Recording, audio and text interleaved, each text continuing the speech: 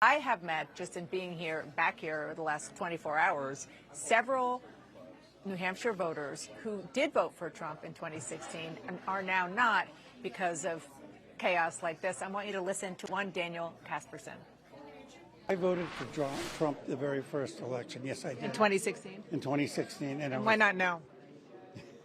Why not now? Because I feel that, I'm not going to tell you what I really feel, but I think that he's not a very honest person.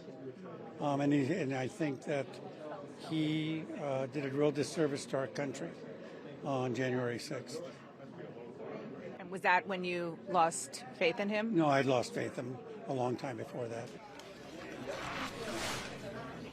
Jackie?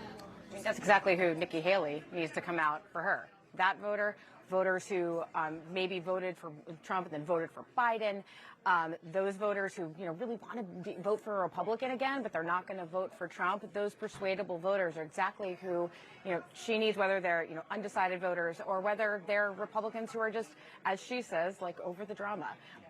It's the same voters that DeSantis targeted, frankly, and Chris Christie in a lot of ways. He was much more aggressive about criticizing Trump than Haley and DeSantis, but that's the same pool of convincible voters that any challenger to the former president is going to need to pull to defeat him in a state like New Hampshire. And Jeff, the issues that are driving the voters here. We saw in our poll that was released yesterday morning, not a surprise given what we've seen this entire election season on the GOP side, immigration is number one. I want you to listen to Jamie Lowell. I met him at a Haley event, and he was there to try to figure out if he was going to support her. Listen to what he said about this issue. Border is your number one issue? Probably, yeah. I can control the rest of the things myself. Hard work and savings, but one thing I can't control is the border and who's coming across it. So if she says she's going to close the border, and then that's the one thing I can't control. So let's do it. Isn't that interesting? That's the one thing I can't control. Absolutely. And you talk to voters, certainly the registered Republican voters believe that. It's why Donald Trump has been running so many ads against Nikki Haley, trying to portray her as soft on illegal immigration. She has pushed back on that.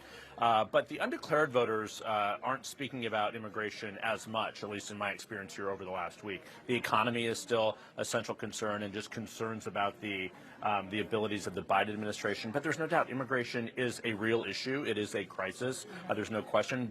But it is more so if you get your news only from sort of one area, and that is what is the drumbeat here. I'm surprised that Trump doesn't talk about it more, actually. He probably doesn't have to. He talks about it a couple times. He spends more time talking about his own immunity and things. I hear zero voters talking about that. I think it just kind of glosses over in their mind. But it just speaks to the victimhood that he talks about a lot. A lot of entertainment value from his perspective and the perspective of his supporters who come to those rallies I've noticed in the recent ones I've visited.